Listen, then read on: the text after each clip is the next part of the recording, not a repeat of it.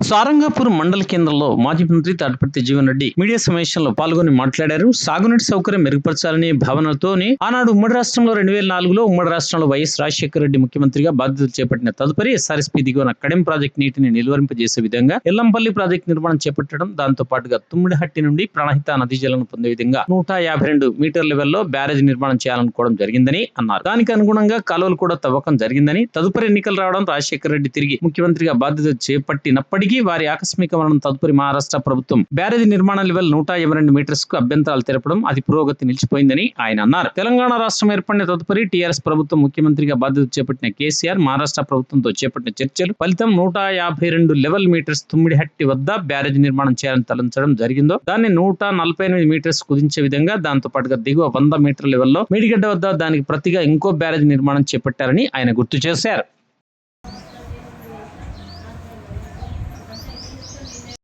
ప్రాంతానికి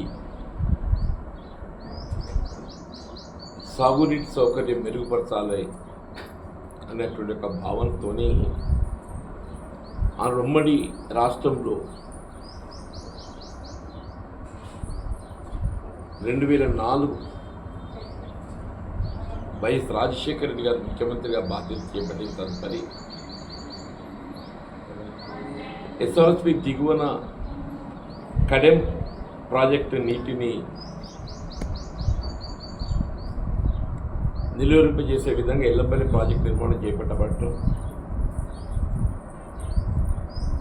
దాంతో పాటుగా తుమ్మడిహట్టి నుండి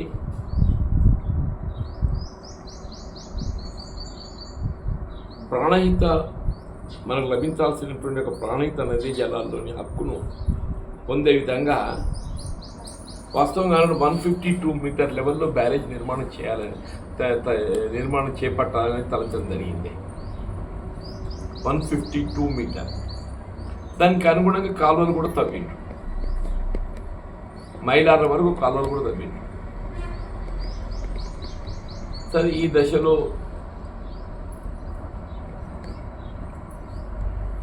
ఎన్నికలు రావడం, రాజశేఖర రెడ్డి గారు తిరిగి ముఖ్యమంత్రిగా బాధ్యత చేపట్టబడినప్పటికీ వారి ఆకస్మిక మరణం, తదుపరి తెచ్చిన మహారాష్ట్ర ప్రభుత్వం ఈ బ్యారేజ్ నిర్మాణ లెవెల్ 152 మీటర్ ఏదైతే భావించడం జరిగిందో దానికి అభ్యంతరాలు తెలపడం, అది పురోగతి నిలిచిపోయింది. తెలంగాణ రాష్ట్రం ఏర్పడిన తదుపరి టీఆర్ఎస్ ప్రభుత్వం అప్పుడు ముఖ్యమంత్రిగా బాధ్యతలు చేపట్టిన కేసీఆర్ గారు మహారాష్ట్ర ప్రభుత్వంతో చేపట్టిన చర్చల ఫలితం ఈ 152 మీటర్ లెవెల్తో ఏదైతే తుమ్మడిహట్టి వద్ద బ్యారేజ్ నిర్మాణం చేయాలని చెప్పని తలంచడం జరిగిందో దాన్ని 148 మీటర్ కుదించే విధంగా, దాంతోపాటుగా దిగువ 100 మీటర్ లెవెల్లో మేడిగడ్డ వద్ద దాని ప్రతిగా ఇంకో బ్యారేజ్ నిర్మాణం చేపట్టే 100 మీటర్ల లెవెల్లో.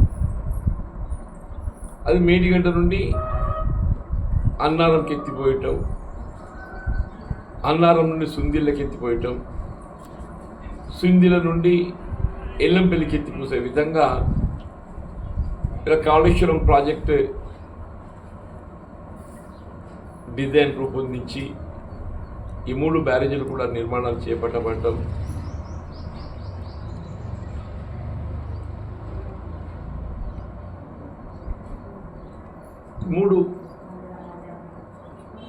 అంటే ఈ ఎత్తిపోతున్న పథకాలు అమల్లోకి వచ్చినాయి. వాళ్ళకి చివరి రోజు ఏమైనా బడ్జెట్ అప్రూవ్ చేసుకోబోతున్నారు. ఏ విధమైనటువంటి ఒక మార్పులు చేపులు కనపడదు. అదే 52 కోట్లు దాని కొరకు పెట్టినట్టు, అది టీపీఆర్ కా లేకపోతే దేనికోసం. కానీ ఇవాళ తుమ్మిడిహట్టి ప్రాణహిత నదీ జలాల మళ్లింపు కొరకు ఏది ఇస్తుందో 52 కోట్లు పెట్టిండ. కొడంగల్కు 1100 కోట్లు పెట్టింది. కొడంగల్ లిఫ్ట్ ఇరిగేషన్కు 1100 కోట్లు పెట్టి, కొడంగల్ లిఫ్ట్ ఇరిగేషన్కు 1100 కోట్లు పెట్టి. సరే పెట్టు, అవసరమే అక్కడ కూడా అవసరమే.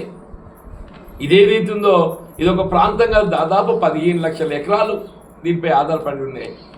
15-16 లక్షల ఎకరాలు ఆధారపడి ఉన్నాయి దీని మీద.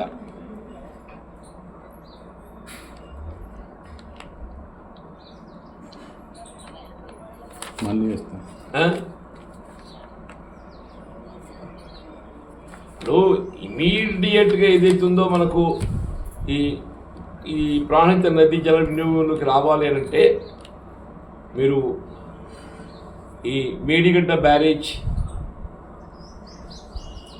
ఏదైతే పగుళ్ళు రావడం జరిగిందో, క్రాక్స్ రావడం జరిగి కృంగిపోవడం జరిగిందో, అదే నిర్మాణ లోపమా, నిర్వహణ లోపమా,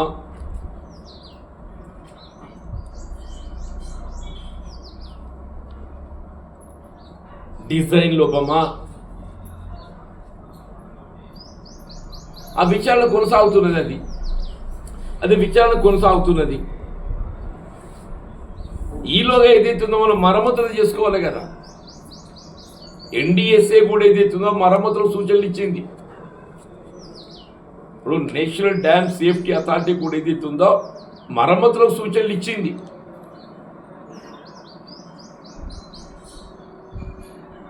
మనం ఏదైతుందో ఈ మరమ్మతుల పట్ల దృష్టి కేంద్రీకరిస్తలేదు. ఆ దృష్టి కేంద్రీకరించలేకపోవడంతో రేపు భవిష్యత్తు ఏమవుతుందో మనం ఊహించలేకపోతున్నాం.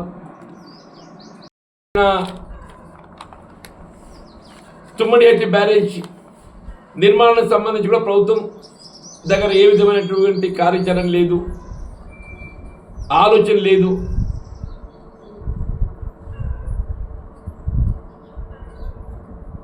ఇప్పటికైనా ఏదైతుందో నేను రాష్ట్ర ప్రభుత్వ గౌరవ ముఖ్యమంత్రి గారు, నీటిపారుదల శాఖ మంత్రులు ఏదైతున్నదో ఈ బడ్జెట్ రేపు ఏం ఆమోదం పొందినా కానీ మరి వీటికి సంబంధించి మరమ్మతులకు సంబంధించి మేడిగడ్డ, అన్నారం, సిద్దిల మరమ్మతులకు సంబంధించి మీరు డిఫెక్టివ్ లయబిలిటీ కింద కాంట్రాక్టర్తో చేపిస్తారా ఇమీడియట్గా, లేక మీరు చేపట్టి వాళ్ళ దగ్గర రికవరీ చేస్తారా? మీరు ఏం చేస్తారో చేయండి. ఈ 2 మాసాలలో, ఈ 2 మాసాలలో ఏప్రిల్, మే, ఈ 2 మాసాలలో కాదు, జూన్ కలిసి వస్తే 3 మాసాలలో మరి ఏం చేస్తారో చేయండి. కానీ మేడిగడ్డ, అన్నారం, సుందిల్లా బ్యారేజెస్ ఆ వినియోగంలోకి వచ్చే చర్యలు తక్షణం చేపట్టండి. ఇది మనకు అత్యవసరంగా చేపట్టవలసినటువంటి అంశం, ప్రాధాన్యత అంశం. ఇది ప్రాధాన్యత అంశం.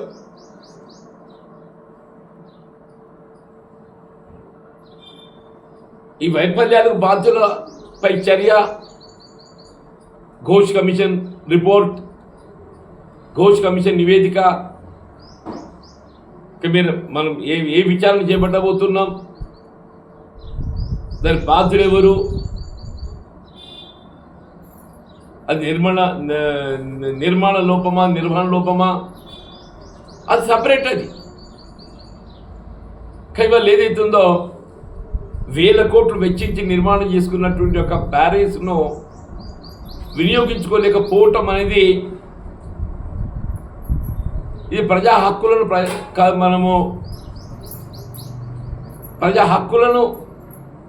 కాలరాయటం కింద భావించాల్సి వస్తుంది. రేపు నిజంగానే కరువు ఛాయలు నెలకొని ఇవాళ రైతాంగం ఇబ్బందులు ఎదుర్కొంటే దానికి ఏదైతుందో మరి రాష్ట్ర ప్రభుత్వమే జవాబుదారీ కావాల్సి వస్తుందని చెప్పని కూడా నేను హెచ్చరిస్తున్నాను.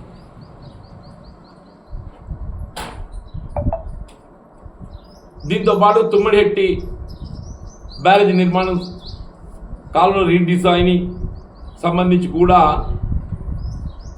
కార్యాచరణ రూపొందించి ముందుకు పోవాలని చెప్పని కూడా సూచన చేస్తున్నాను.